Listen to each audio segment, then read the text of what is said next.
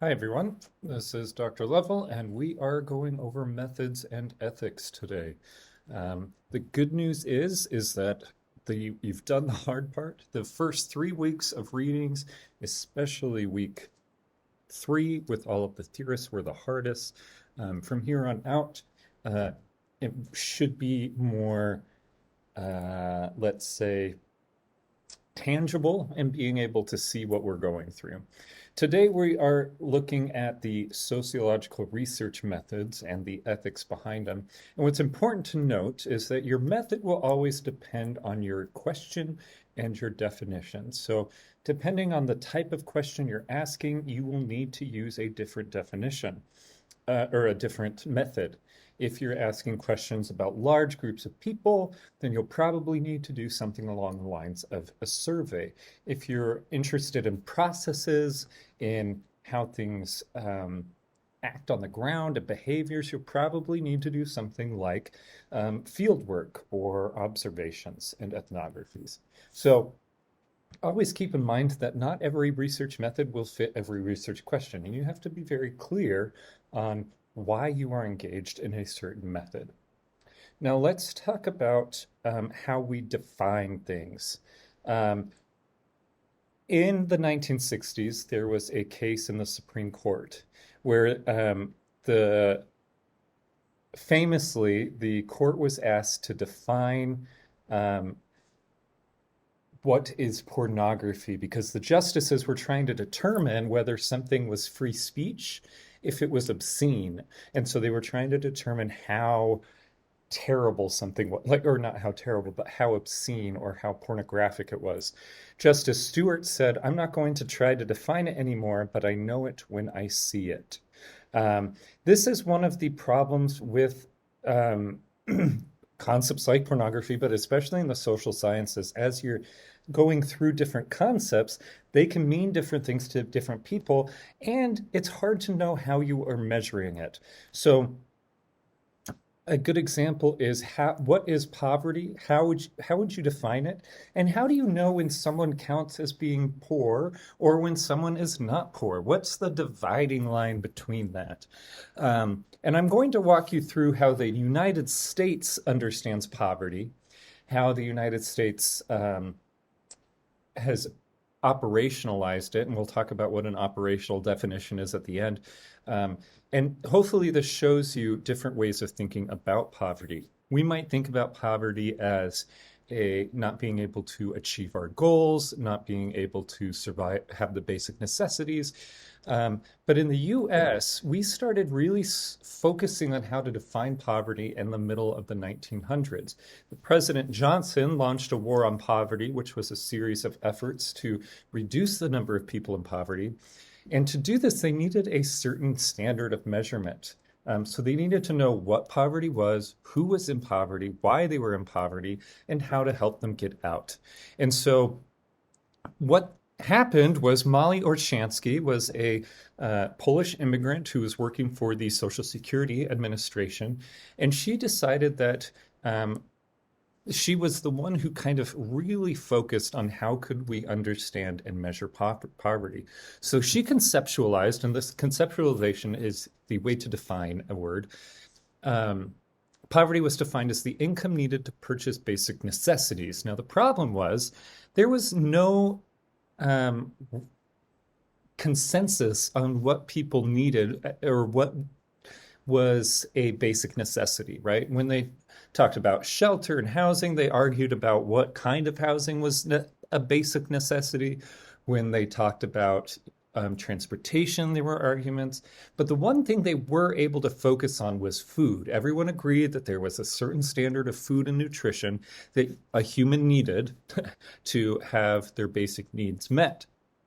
And at the time, food was a third of the average American budget. So the average American spent a third of their income on food. And at the same time, the Department of Agriculture always calculated a estimate for different levels of food plans, from the most expensive to the least expensive, that still had a enough nutritional value for someone to survive. And this they called the economy food plan, the lowest food plan cost.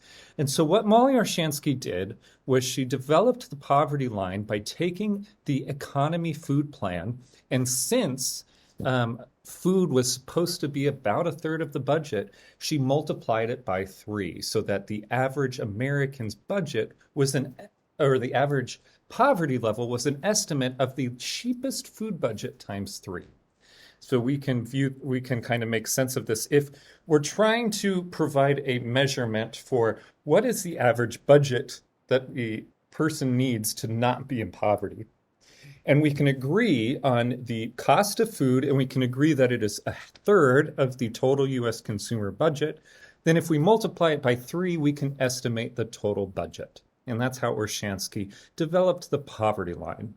So this process was called the operational definition. She turned abstract concepts and definitions into measurable observations. So we can measure poverty when we define it as lacking the income level to get basic needs met.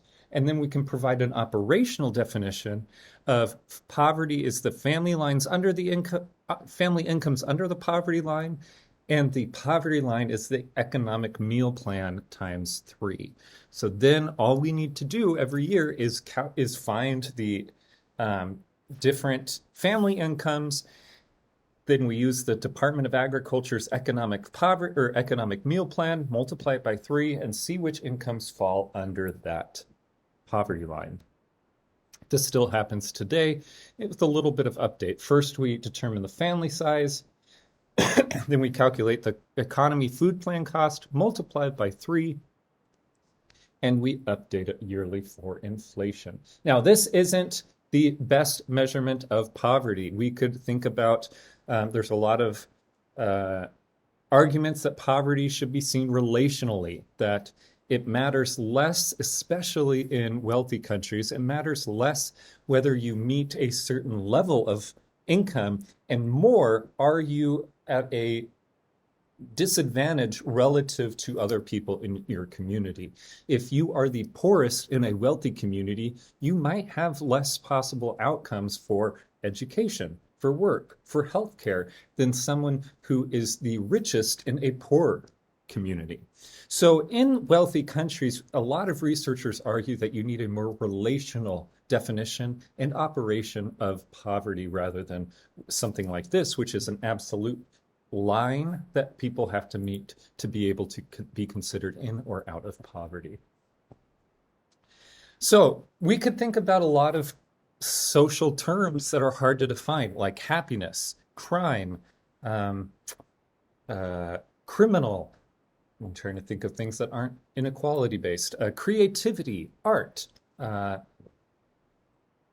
grit is a big one in education. How do we define whether a student has grit, right? So these are all things that are difficult, and it takes a lot of work for scholars to agree on a way to measure any kind of one of these abstract concepts.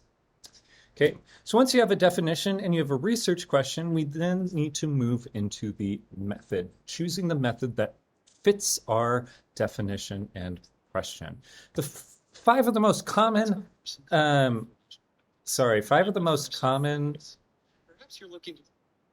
sociological research methods are surveys, interviews, observations, content analysis, and experiments. Surveys are when you, as you might have taken many in the past, you are given a form and you have to fill out and answer questions. Yes, I am happy right now. No, I am not working, right? And then after time, they, gather all of these surveys and they produce some statistical analysis. Interviews are really great to get more detailed investigation of a person's life. Observations help you see how processes are happening in real time. Content analysis is when you take policies or documents or laws and you look at how they are written, how certain topics are spoken about, and you analyze those. And finally, experiments are when you try to make some kind of intervention in the social world. An example of this is you might want to know if integrating schools led to better grades for Black students. So you might have bused a certain group of Black students to a white school and some white students to a Black school. And then you measure the grades of each of those groups and see if there was an improvement based on the integration. That could be an experiment that sociologists might conduct. Next, we have a couple of examples of implementation. I'm sorry I did not update this slide. You will not, there is no final project. So instead, this is just looking at what an example interview guide is, where you might have vague questions about, tell me about when you got an abortion, what led you to decide to get an abortion, and then it allows the person to give their story. A survey about the same topic might look like this, where you ask, have you had an abortion? Do you personally know someone who's had an abortion? And then have them answer a variety of questions describing their experience, that whether or not people respected their decision to have an abortion, regretting or being glad someone had an abortion, and etc. Here is an example of how someone would prepare to do an ethnography. They might make notes of who is attending a certain event, what the discussions are, what the actions are, and etc. Okay, so these are the three main methods that sociologists use today: ethnography, interviews, and surveys, but there are a lot, and they're always changing based on the research question. Finally, we look at ethics, and to give a better explanation, I'm going to start this video and listen to a variety of unethical experiments that have been done, why we have an ethical, a code of ethics to guide research, and kind of the implications. So I will start that now. And is the basis for much of current research.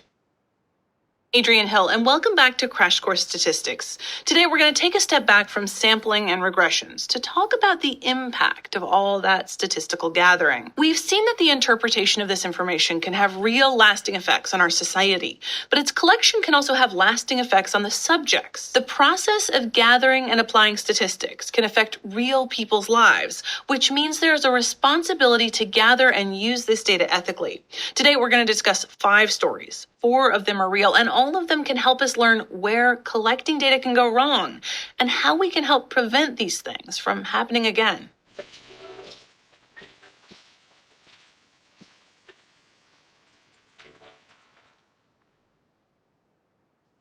Our first story begins in 1822, when a young fur trapper named Alexis St. Martin got shot in the stomach when another trapper's gun accidentally went off.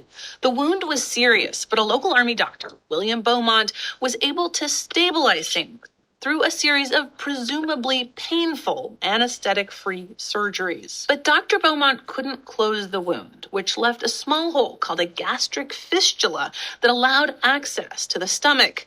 St. Martin was out of a job, since it's hard to be an active fur trapper with a hole in your stomach. So he signed a contract to become a servant to Dr. Beaumont. In addition to traditional chores, St. Martin participated in all sorts of experiments at the whim of the doctor. Beaumont used the gastric fistula to study how the body digested food. He made huge strides in the field, including exploring the influence of mental disturbance on the process of digestion and correcting the long-held belief that the stomach digested food by grinding it up. When in 1838 the two finally parted ways, Beaumont spent the last 15 years of his life pleading with St. Martin to come back.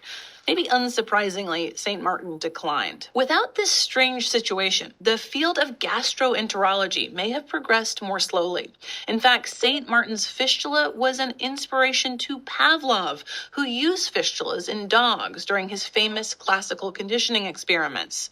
But all this progress came at a cost to St. Martin and also to those dogs. One of the most important ethical considerations in research is whether humans who participate are able to feasibly say no. People with little power, resources, or money can be coerced into participating in experiments that they're uncomfortable with. Most research institutions have a committee called the Institutional Review Board, IRB, which oversees all the research at that institution to make sure that it's ethical. Voluntariness is one of the most important things that they check for. This prohibits people with undue power or influence over us from asking that we participate in a research study. For example, your boss or professor is limited in how they can ask you to participate in a research study because you might feel that you have no choice, that you have to participate. Otherwise, they might fire you or give you a failing grade. Ethical research needs to be voluntary, at least in humans. Animal rights activists argue that since animals cannot volunteer for a study, we shouldn't use them. In addition to their voluntary participation, subjects should also know what will happen to them during the study.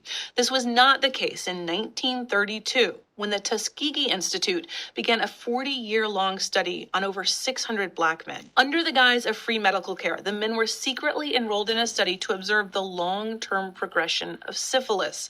Over 300 of the men enrolled had the disease, but researchers failed to treat them with anything but fake or innocuous medicines like aspirin, even after it became clear that penicillin was a highly effective treatment for the disease. Late-stage symptoms of syphilis include serious neurological and cardiovascular problems, yet the Institute allowed the study to go on. Some wives and kids also contracted syphilis.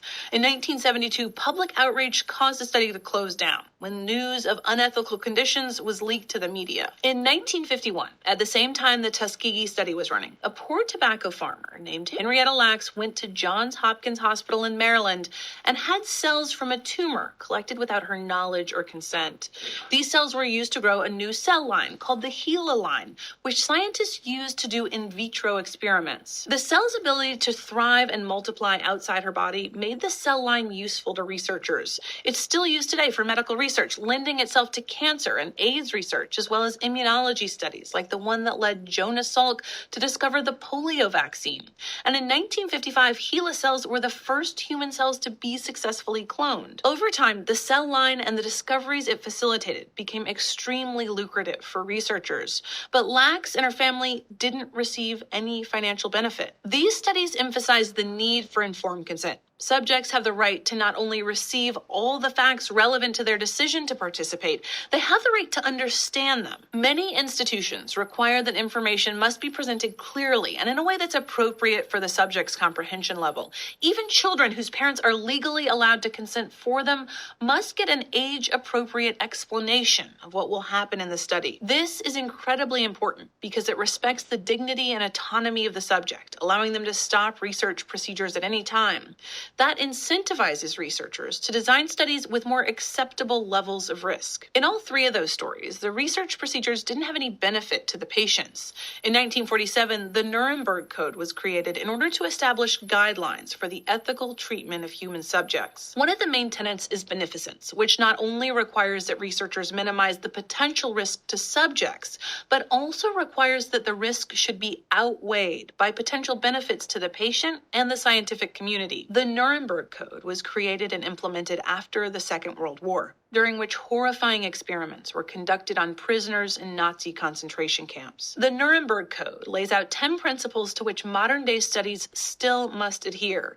These 10 principles stand as the basis for much of current research ethics and include things like voluntariness, informed consents, and beneficence. But as we settle into the age of technology, the application of these ethical principles can become more cloudy. Our last story here isn't real, but it illustrates the complexities of research ethics in the digital age. In the 7th season of the hit show Parks and Recreation, a giant internet corporation comes to the small town of Pawnee, Indiana, to offer free Wi-Fi to the entire city.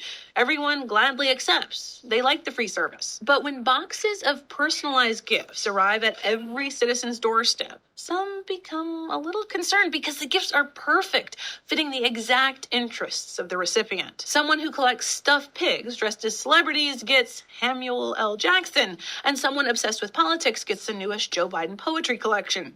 These boxes are perfect for the people who receive them, eerily perfect. So how did the internet company know what each person would want? Well, in the show, it turns out that the free Wi-Fi came with a pretty high cost. Privacy. In exchange for the free Wi-Fi, the internet company, Grizzle, was collecting all data that was transferred over the network. This gets called data mining. And it may seem far-fetched, but it's happening right now. Not the gift stuff, the data mining. Grocery stores track what we buy with our rewards cards. Netflix keeps track of everything we watch. Amazon knows exactly what we buy, what we look at. And those terms of service agreements we click on without reading them when we download an app or sign up for a social media account, they often include some kind of stipulation. When we use free internet services, we're agreeing to pay not with money, but usually with our information. Facebook and Google offer their services for free in part because they're profiting off of our data.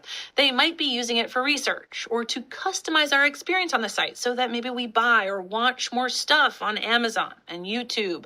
They also use it to sell targeted ads, giving advertisers the opportunity to select exactly the type of people who are going to see their ads. And sometimes the way these ads are targeted can be pretty unethical. For example, companies discriminating based on age by specifying that job ads should only be shown to young people. Data is being used in ways that affect every facet of our lives. But since we're still in the beginning stages of this huge influx of digital information, we get to see the progression of ethics in this area unfold right in front of us. The laws that will protect your data and privacy and mine, like the Nuremberg Code protects participants in scientific experiments, are still being written, and many of the same concepts are coming up. For example, using the internet, using Google, social media have become so entrenched in some societies that it's almost impossible to hold a job without them.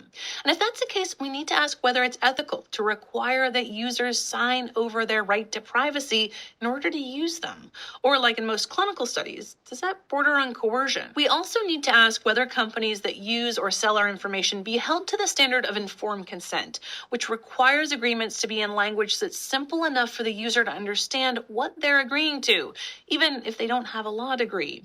Or on the other hand, whether companies should be exempt from this requirement if they only use the data internally. It's possible to draw parallels between data mining and the stories we talked about at the beginning of the episode, though admittedly, it's not quite as harrowing. Like Alexis St. Martin may have felt pressure to stay with Dr. Beaumont because he couldn't work as a fur trapper anymore. It can be argued, to a much lesser degree, that we use sites like Google or Twitter because we feel there's no other option as we try to remain informed in our hyper-connected world. And we might not be getting all the information we need to consent in an understandable way, similar to how Henrietta Lacks was not informed why her cells were being taken or what they'd be used for. These situations are obviously not exactly the same.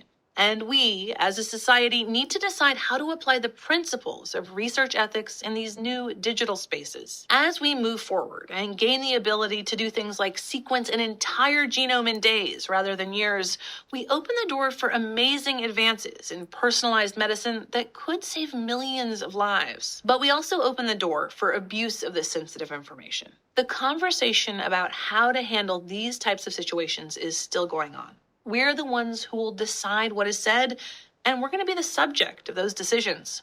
Thanks for watching. I'll see you next time. Crash Course Statistics is filmed in the Chad and Stacy image.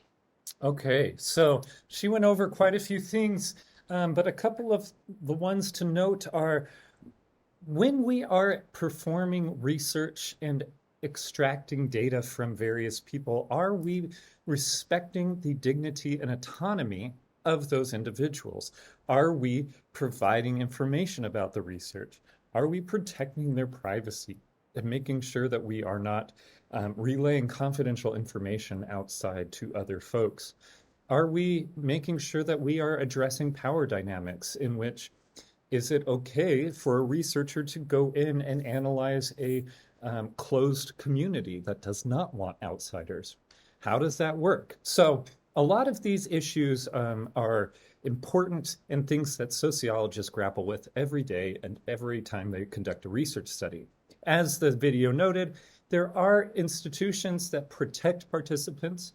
Every university has an institutional review board that reviews different people's research projects and makes sure that they follow ethical guidelines. So this is a lot of kind of different ways of thinking about ethics. You also read this week about colonial ethics in research. and how colonialism has kind of created a history and standard of unethical research in the social sciences and brings up really good questions and solutions about how to decolonize research. So I highly recommend you finish that reading, think about it, because it not only applies to sociological research, but any institution that engages in similar practices. So if you have any questions, let me know. And I hope this was helpful to make sense of the readings and gave you some more examples of how research works in the social sciences. Thank you.